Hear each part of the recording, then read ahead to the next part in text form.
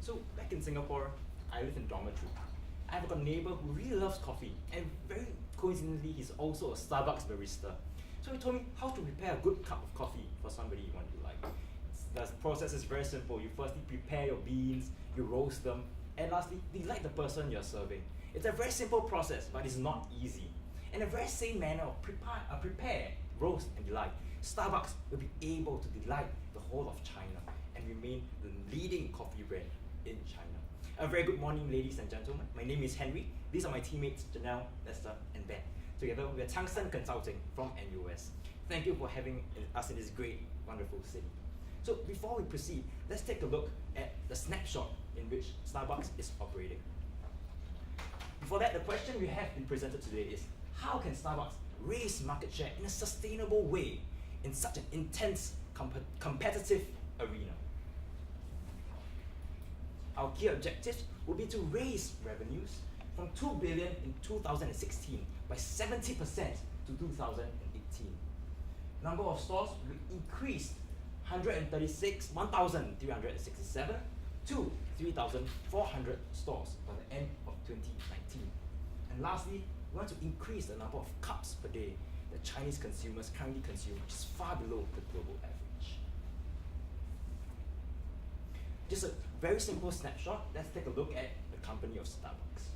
Starbucks does not just sell coffee in a very retail environment. Coffee itself is a commodity. However, what Starbucks is doing to provide the coffee experience, it takes one step further to turn coffee from a product into a service.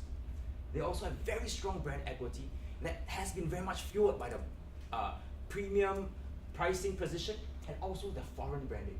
Therefore, they have strong brand equity that we can leverage on. They have also localized product offerings to make themselves relevant to China.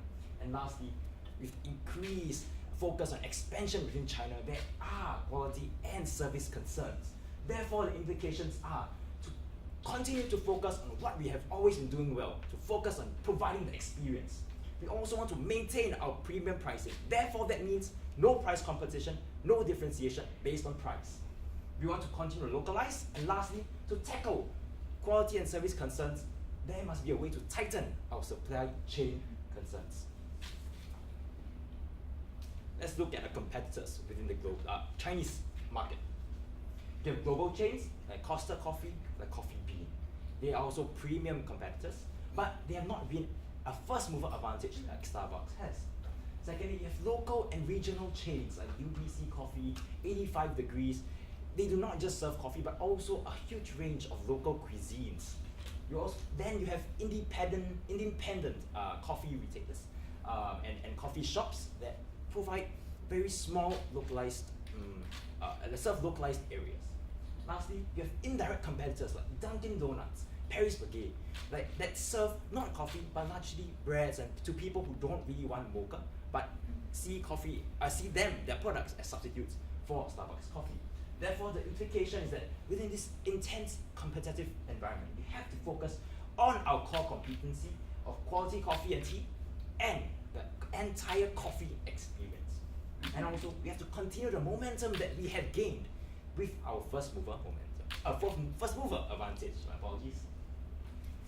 And lastly, after our company competitors, let's take a look at our consumers. So you have your 18 to 45-year-olds, and you have those that are larger than 45-year-olds. So let's take a look at those on the right ends of the spectrum. So they are largely more traditional. So they would go to coffee shops that provide cheaper coffee. So that's like my mom and my dad. They said they'll never buy Starbucks coffee because they can get it at a coffee shop for like $1.20. Why get something that tastes the same for like $6? So they are clearly not our target group. Let's look at those that are 18 to 45-year-olds. They lead modern lifestyles, be it being students, be it being businessmen, and they are very much digitally connected to various apps like WeChat, etc. Lastly, despite the fact that they are so modern and they are so digitally connected, they have very low customer loyalty. Therefore, despite them being our target group, the implications are that our store experience must match their lifestyles to keep them as our customer. We have to utilize technology and digitalization to connect with them. And lastly, we have to find a way to drive customer loyalty. having gone through these insights with you, we hope that you can see these are where we are and where we want to be. Firstly, there's an unstable expansion base. There's a risk of scandals in this case.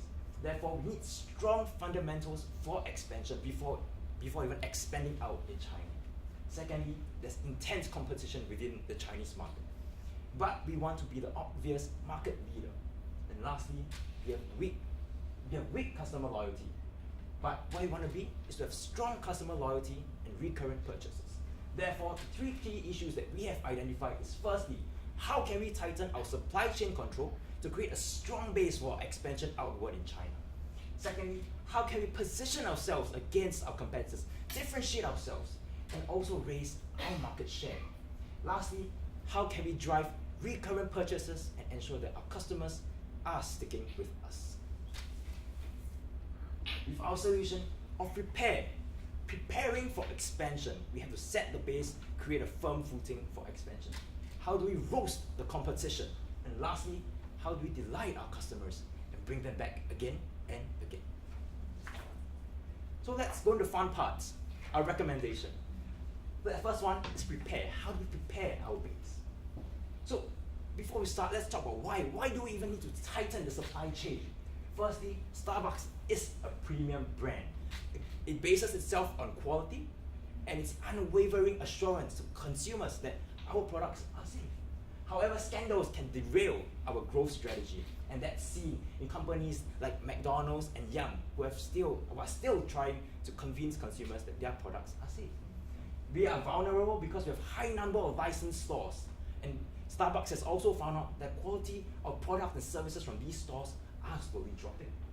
It's risky for company-owned stores even, although we have company-owned stores, it is still risky in the sense of Yum and Max and McDonald's, who have not been using a licensing model, franchising model, but have still faced food scandals.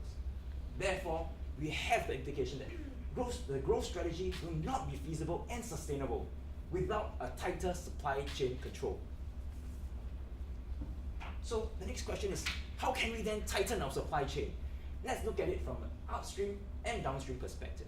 So from upstream, that will be our suppliers, our farmers who are working in Pu'er to provide us with the tea leaves and the coffee beans that we so desperately need.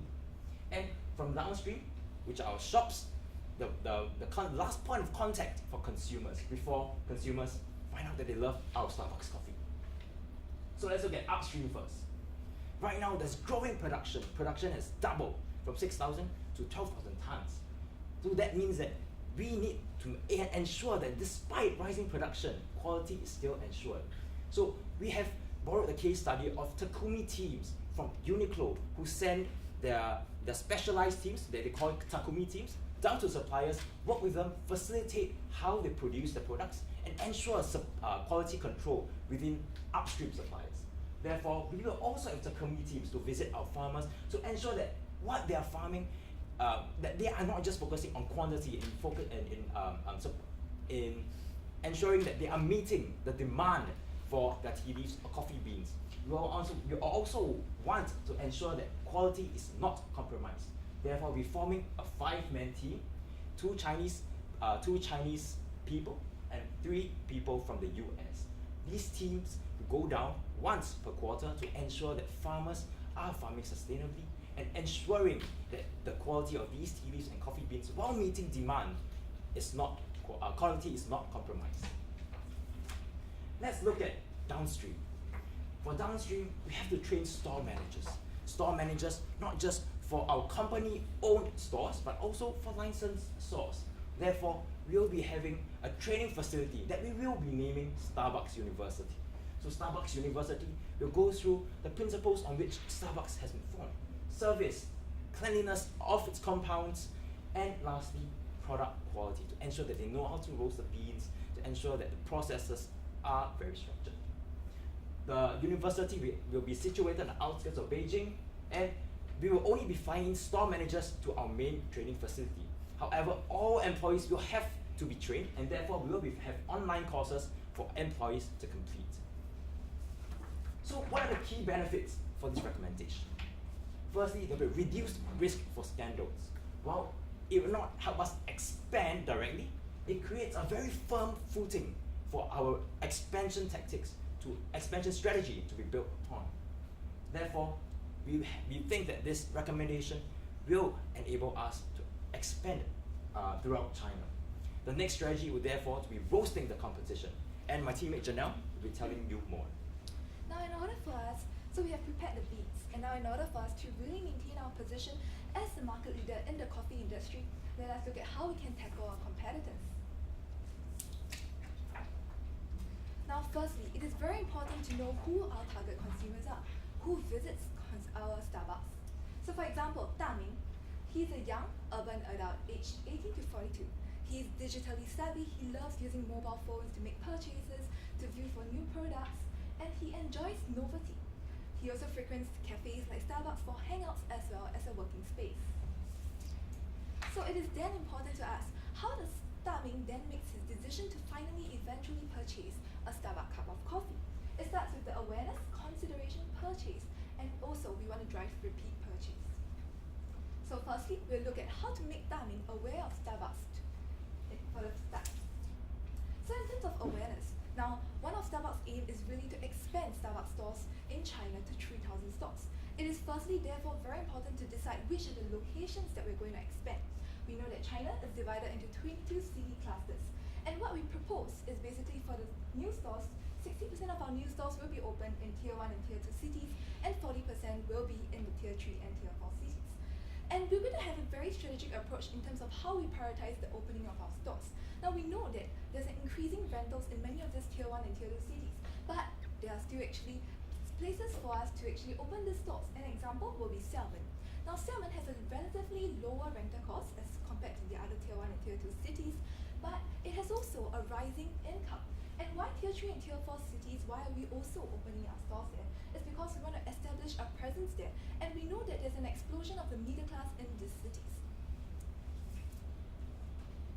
So how then can we get Da Ming to actually know more about Starbucks branding? That we are actually not selling just coffee alone, but we are selling coffee experience. So with this, we will have extensive marketing, and one example that we will do is basically having billboards and advertisements in places with high foot traffic. An example would be the Nanjing West Road. So what we'll have is basically, whenever you try a product, we want to really evoke your 5 senses. So we'll begin with scent. When you walk past the street, you will actually emit coffee or scent, which will get you to really understand the flavor and the brew of our coffee products, that it is indeed a premium brand. And this is actually a case study from Nescafe in US, where they actually implemented such strategies, and it was very successful. We will also know that in China, there's an increasing fostering and nurturing of the startup culture. So what Starbucks will do to support this is really to organize hackathons as well as startup events in our Starbucks cafe to get people to know Starbucks is not just a brand, but really an experience. In terms of consideration, so after knowing Starbucks store, how then can we further get Da Ming to buy our products? It's really through products, not only products, but ambiance because of the experience. So in terms of products, we're going to focus on Starbucks' strengths of coffee and tea. We know some of our indirect competitors like Dunkin' Donuts are going into patisserie, but we know also that Starbucks' strength is really in its beverages. So we'll be incorporating localization. We're going to have local flavors like the Yin Yang coffee, which is something that Chinese really love, as well as the pu'er and milk tea. So we're looking at both coffee and tea. And we'll R&D continuously because innovation is also what Starbucks is good in, and we'll have examples will be like coffee cubes following our cold brew rollout. Now in terms of ambience, what we propose is to create coffee pods for Starbucks customers. Now we know that they go to our place for hangouts, for workspaces. So how are we going to let them know that, oh, if you want study, you want to go have business meetings, you visit Starbucks. So it's really about how we can improve our store layouts to make it more friendly for these users. For example, increasing socket points, improving the lighting of our cafes. And finally, purchase. So now we know that QR codes are especially popular in the Chinese community as compared to US. So we're going to simplify this purchase process to really delight our customers. We're going to increase the ease for our customers, and we will have standardized welcome greetings whenever they go to a Starbucks store to have the experience will be welcome to Starbucks.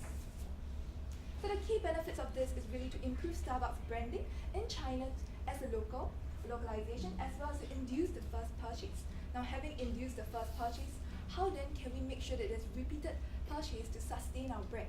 That's how we'll bring you through that. Now we know how we can make them purchase it. We need to delight them for return purchases. So it's important to know that we need to delight our customer to bring them back. So we have identified awareness, consideration, and purchase. Now we go into repeat purchases. So we need to give them more. So Timing currently has big loyalty and drink tea more than coffee. What we want to do is to increase customer loyalty. So the important part is to become a part of consumer life and not just a company, but a friend.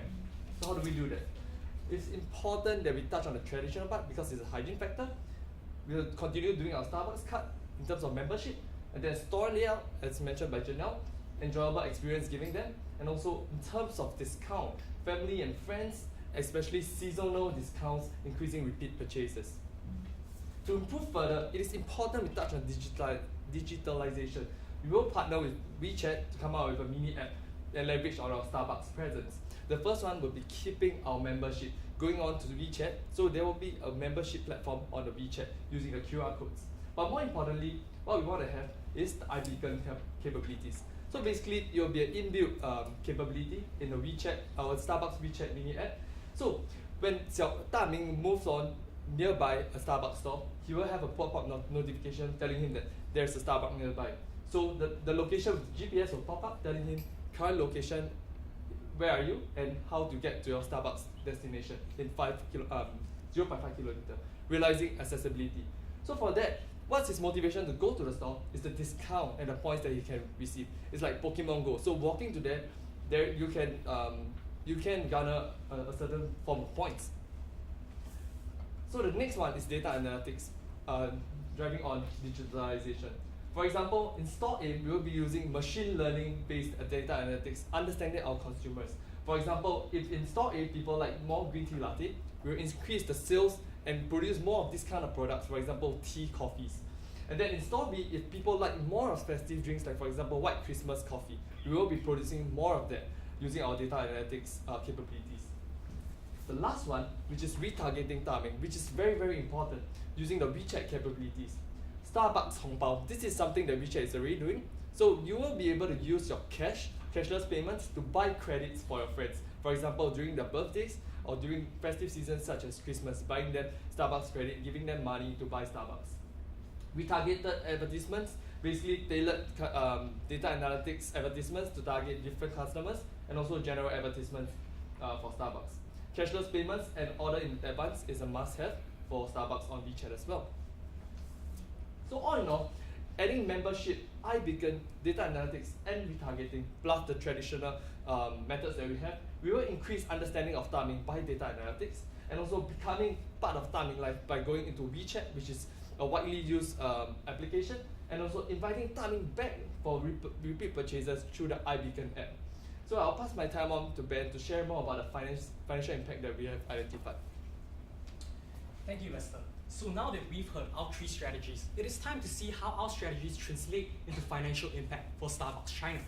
Moving on, we talk about our first strategy, where we deploy Takumi teams from the US to survey coffee plants as well as processing plants. And what we expect to do is to hire 3 people based in China and at $300,000 per annum OPEX. And at the same time, the creation of a training center in Beijing, aka Starbucks University, will allow our store managers and employees to continue to be trained and ensure operational effectiveness. And the impact of this is to reduce the risk of future food scandals and to have a tighter control over our supply chain. Moving on, we talk about our second strategy of growth. Our store expansion will cover all tiers of cities in China, and at the same time, a marketing campaign as well as improved R&D to better localize our product offerings will allow us to see induced first purchases and to continue to build our brand equity. Moving on into our next strategy of delight. Retention of our traditional Starbucks cards comes free, but at the same time, the development of a mini app within WeChat will allow for greater Starbucks loyalty, and this will come at a $50 million capital expenditure. And the impact of this is really to have greater customer retention. Now moving on, ultimately, our 3 strategies will allow us to meet management's goal of 70% increased revenues by 2019, driven mainly by customer take-up in all tiers of cities, as well as improved customer retention. We have also developed a very robust implementation timeline, as well as risk and mitigation strategies. Now, moving on to the next slide. In talking with the objective of maintaining market leadership, we identified the 3 key issues as well as our strategy of prepare, roast, and delight to bring delight to the rest of China. Thank you very much.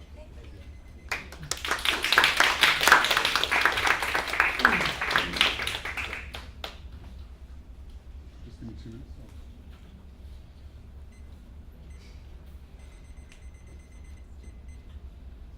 No, 15 minutes, thank you.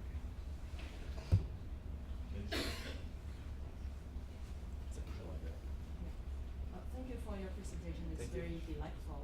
Thank you. And I just have a question for the target customers. I noticed that your target customer base is more between 20 to 40. What about the population like myself, about 40? We enjoy coffee as well. Some people are also big spender. They like premium coffee. Do you think you're skipping these populations? Definitely understand your concerns. So the reason why we have segmented into age groups, we do not intend to just forego those who are above 45, but rather we want to focus on those who have lifestyles. So it was more of a lifestyle focus, but we just found that within the 18 to 42 age group, that's where best business people and young people are more willing to spend on premium coffee. So we'll be targeting based on more lifestyles. So if you are above 45, that doesn't mean we'll exclude you. So it's more of a lifestyle focus. Additionally, in our traditional advertising and also targeting, we will be doing different like family discounts. So you can go with your families as well, and also for the other cities as well. That if there are aging population cities, we will be targeting them with different kind of tailored-made discounts for them.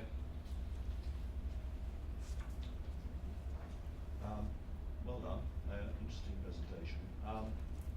You're proposing to grow the number of stores incrementally, primarily in first and tier cities. No mention of partnerships. As you know, Starbucks has been very successful in growing its coverage through partnerships. Why have you not thought of the partnerships, or why have you not mentioned partnerships? So maybe I'll take this question. So for us, we see that licensing our stores is not the way to go, because our licensed stores give us only 9% of revenues. So what we intend to do is to fully own all of our stores.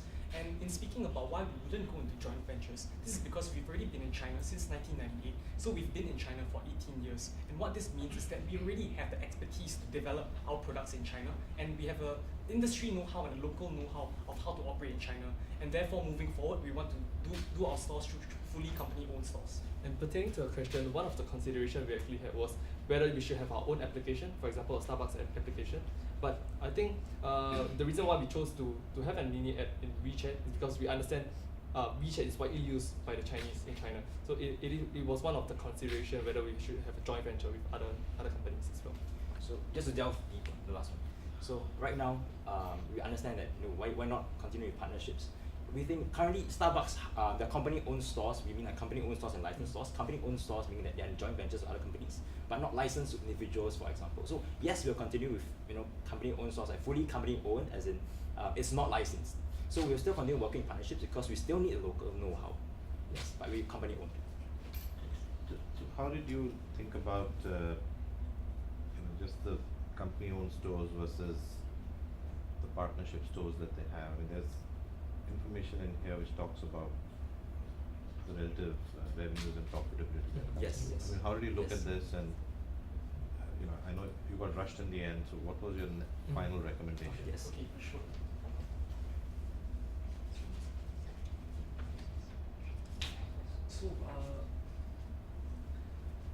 So the question is, how did we arrive at the fact that our stores are mostly company owned? We see that currently, as per 2016, we have 1,300 stores in China, of which 844 are licensed, aka franchised, and at the same time, 544 of the stores are owned by us, Starbucks. Despite this higher number of franchise stores, they only generate 9% of Chinese revenues. So that being said, in line with wanting to increase our revenues through our store expansion, most of these shops should continue to be company owned because they generate a higher share of revenues. So would you think that one of the things that you need to do is to get out of the partnerships altogether? Yes. So indeed, one of the things we will need to do is to get out these license partnerships. And so eventually, moving forward into the next 5 years, we would want to incrementally buy back some of our license shops to have them back under the Starbucks umbrella. Could I ask a question about no competition on price? You made a very categorical statement right early in the presentation. Would you like to expand a bit on that? Oh, right. Yes. So the reason why we want to compete on price is because all our other competitors are much more price competitive than us. What we have is a premium differentiation. Chinese consumers, they attach a premium to foreign brands, and we do not want to give that up by going back to price competition. We also see that it's not sustainable, and therefore we don't see a large part of price competition as part of our expansion strategy in China. Also, to understand how the Chinese look at coffee, it is much more like commoditized. They treat it as they can find substitutes in other stores, for example, Dunkin' Donut. So it is difficult for us to compete in terms of price, but give them a quality service, and the experience as a whole is more important for them.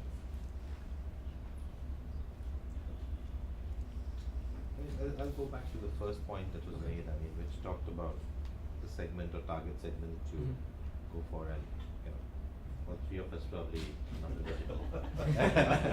But You've written us off.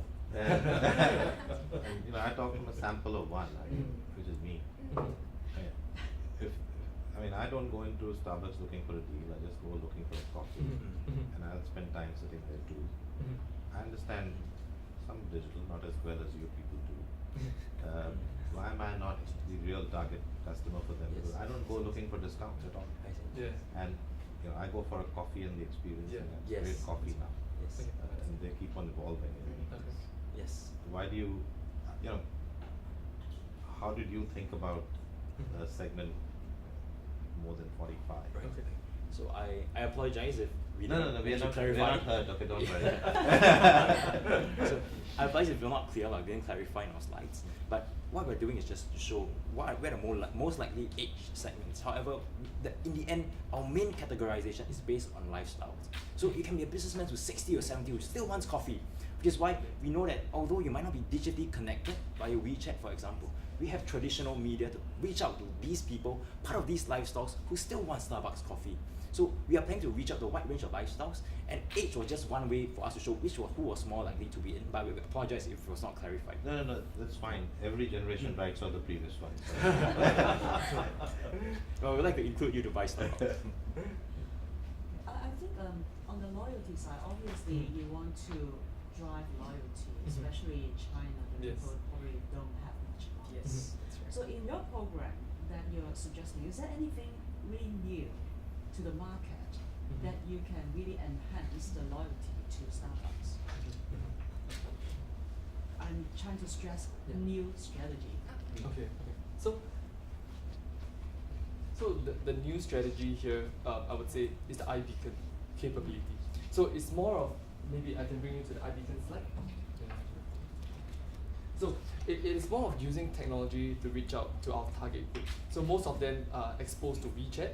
So what we really want to achieve, sorry if I did not clarify properly, is to allow them to know that there are Starbucks nearby. So with the large number of stores that we have, they will know that there's a pop-up, there's a store nearby. We want to reach out to them and let them know, please come back to us. We will provide you with this discount and also add on to your membership. So it's a touch point, a consumer touch point, because we reach out to them instead of them finding out where is Starbucks, I want to get a coffee. So it's getting the customers So back to us. whenever, whoever has a WeChat, when I nearby the shops, the Starbucks shops, I will get a pop-up. Yeah, that's right. And is there any benefit other than Yeah. just a pop-up? Yeah, so other than that, the benefit will be you will realize how to get there with the GPS, and the second step to this is to get different discounts and also the point system in your membership after that when you reach the place.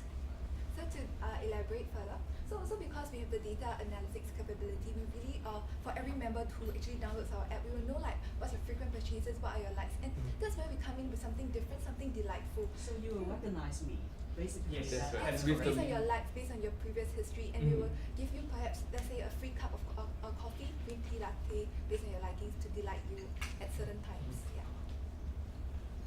As you know, the face of retail is changing, and it's changing from retail to experience. Yes. And many retailers are now Yes. looking to have a food and coffee Yeah. offer within their store. I mean, is this something you've thought about? Yes, that's definitely something that we thought about. So may I just bring you back to our competitor slide? So currently, there are many, like for example McDonald's, they're looking at McCafe, KFC is looking to come up with their own chain of coffee, part of incorporating coffee in part of their products that they're offering. So how we're going to leverage on is still focusing on the customer experience for coffee experience. The Starbucks is the almost prominent brand that's able to provide. So this is one of the key points that we're touching on in terms of focusing on our competencies, providing the space, the coffee pots, and also driving customer loyalty by being being part of our customers' lives. So these 2 points, driving customer loyalty and also trying to get new customers, induce the first purchase, will be how Starbucks will want to position itself, and also the coffee experience will be the base for it. But to elaborate, definitely we know that patisserie is something that we have to provide to really complete the experience and compete with this indirect competition. So what we'll be doing is our R&D and innovation is more towards the coffee and tea, but definitely the patisserie products will still be there. Yeah. Have you ever consider, a strategy like Nespresso, right? They always come up with new flavors. But unlike Starbucks or Hong Kong, we have other coffee shops, so it's always very traditional. You Yes. always have the same Yes. taste, the Yes. same style, Yes. same kind of choices. Yes. Okay. Did you think about that? So in terms of so you will be using technology to do this. The same thing, the machine-based learning data analytics to understand the consumer preferences. So in different areas of in China, we will be producing different kind of products based on the likability. For example, if this place like more of like the green tea taste, or for example like this other place like the Zhonghua cha taste, we will try to tailor make our products and also the different discounts that they are looking out for. So I think that's a good point for us to know. Then if you are trying to tailor make in different, locations, how Yes. can you control your quality and your standard?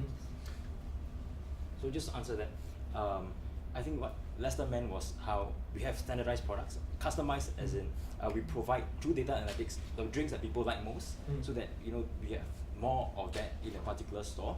But Starbucks has always traditionally been very strong at R&D in terms of giving green tea frappuccino for tea drinkers in China. So we'll continue to leverage on the R&D capability to provide new innovative flavors that change with trends to our consumers. So that's something that we'll continue to do while still serving our favorite lattes and flat whites, for example. And how do you think about the anti-chain? I think there's a reference to that where people probably just want to go to the very traditional old shop that they used to go to. Yes. How do you look at that, Okay. especially in China? So certainly, anti-chain is one thing that's a threat that's facing us. But we recognize that Starbucks built itself based on its brand equity, based on its foreign brand, its premium. So currently Starbucks already has stealth Starbucks that's doing well. But those stealth Starbucks cater to a small group of people who are more and more brand fatigue. So although there's a small group of people, we tend to expand more towards tier 3 and tier 4 first. Those people who have not yet been brand fatigued, for example, and are more receptive to Starbucks. So as it becomes more and more brand fatigued in, let's say, first tier 1, tier 2 cities, we will then be able to roll out our stealth stores, which Starbucks already has and is able to roll out further. Did you think of a geographical approach to expansion as against a city approach? So on a geographic perspective, I think where we intend to go to is really tier 1 and tier 2, all tiers of cities with a greater focus on our tier 1 and tier 2, and a 40% focus on tier 3 and tier 4. Now this is because we want to continue to tap onto our tier 1 and tier 2 cities because they are wealthy. We don't want to compete on price. We want that premium segment. At the same time for the 3 and 4, as they experience a rising middle income, we want to really tap onto that moving on to the future. And just to delve a bit deeper. So the reason why we don't go geographical, so the south, the east, because your tier 1, tier 2 cities, we are trying to segment by lifestyles, income streams. But you look at Shanghai, Beijing, they are in different sites, they're geographically different locations. So we do not want to target that because it will not be part of our strategy in terms of focusing on, if let's say we focus on the north side where people are slightly poorer, we are not able to target the customer segments that we really want that can afford premium coffee. So that's why we target based on a more city approach.